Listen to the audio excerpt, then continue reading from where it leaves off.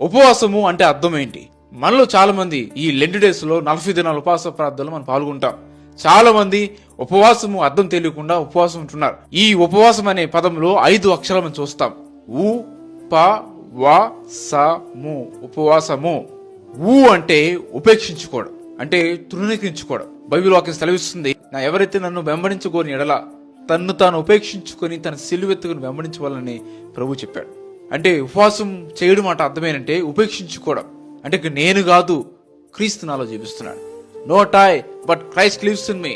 I have crucified with Christ. నేను క్రీస్తు వాడు సిలువేయబడ్డాను. జీవించేది నేను కాదు. మన కోరికలు, ఆశలు, ఇష్టాలు అన్ని కూడా మనము తీసివేయాలి, వాటిని ఉపేక్షించాలి. రెండో అక్షరం ఏంటంటే పా, అంటే పరీక్షించుకోవడం, అంటే ఎగ్జామిన్ చేసుకోవాలి. అవునండి, మన జీవితం ఎట్లా ఉంది, మన బతుకు ఎలా ఉంది, నా మాటలు ఎలా ఉన్నాయి, నా క్రియలు ఎలా ఉన్నాయి, నా చూపులు ఎలా ఉన్నాయి, మన ప్రవర్తన ఎలా ఉందని మనం పరీక్షించుకోవాలి. ఉపవాస ప్రార్థనలో కూర్చున్నామంటే మనం ఎగ్జామిన్ చేసుకోవాలి, పరీక్షించుకోవాలి.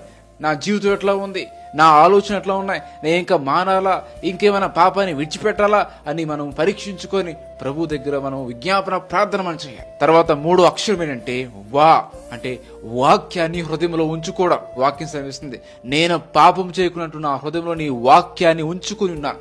ఉపవాసం అంటే వాక్యాన్ని మన హృదయంలో ఉంచుకోవాలి. ఏ వాక్యం అయితే మనం వింటున్నామో ఆ వాక్యం ప్రకారం మనం జీవించాలి. ఆ వాక్యం ప్రకారం మనం జీవించాలంటే ఆ వాక్యం మన హృదయంలో ఉండాలి. ఆ వాక్యం మన హృదయంలో ఉండాలంటే ఆ వాక్యం మనం వినాలి. తర్వాత సా అంటే సహవాసం చేయాలి. దేవుని బిడ్డలతో మనం సావాసం చేయాలి, దేవునితో మనం సావాసం చేయాలి. ఈ లోక స్నేహము దేవునితో వైరమని వాక్యం సెలవిస్తుంది. ఈ లోకంతో కాకుండా, ఈ లోకున్న బిడ్డలతో కాకుండా, ఈ లోకంలో మనుషులతో కాకుండా దేవునితో మనం సావాసం చేయాలి. దేవుని బిడ్డలతో మనం సావాసం చేయాలి. ఎప్పుడైతే మనం దేవుని బిడ్డలతో సావాసం చేస్తామో మన కోరికలు మారిపోతాయి, మన ఇష్టాలు మారిపోతాయి, మన ప్రవర్తన మారుతుంది, మన మాటలు, మన చూపులు, మన ప్రవర్తన అన్ని కూడా మారిపోతాయి. దేవుని బిడ్డలతో మనం సావాసం చేయాలి, దేవునితో మనం సావాసం చేయాలి. ము అంటే ముందుకు సాగడం.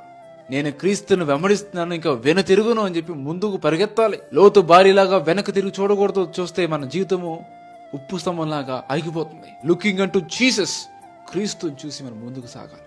ఇంకా పాత జీవితము, పాత బతుకు, అలవాట్లు, పాపం అన్ని విడిచిపెట్టినన్ని మళ్ళా వెనక్కి చూడకూడదు. క్రీస్తును పోలి మనం వెంబడించాలి.